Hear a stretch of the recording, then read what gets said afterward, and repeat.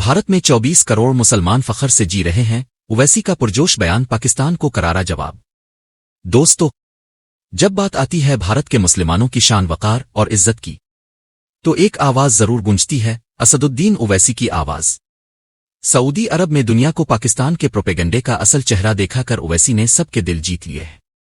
रियाज, Saudi अरब से एक अहम खबर, जहां अल इंडिया मजलिस इत्तेहाद अल मुस्लिमीन के सदर और हैदराबाद से रुकन पार्लिमान असदुद्दीन ओवैसी ने पाकिस्तान के झूठे प्रोपेगेंडे को आलमी सतह पर बेनकाब किया। उन्होंने कहा कि भारत में 24 करोड़ से जायद मुसलमान फखर के साथ, आज़ादी के साथ और मुकम्मल इज्जत के साथ जिंदगी गुजार रहे हैं।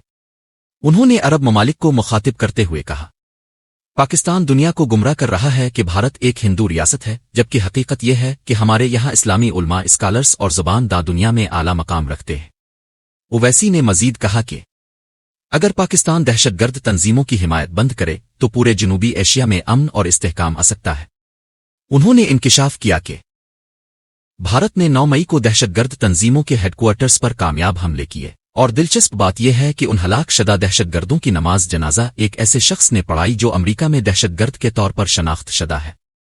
नाजरीन, उर्दू हमारी पहचान है और अब जैसे बाशऊर नाजरीन ही इस ज़बान को जिंदा रखते हैं।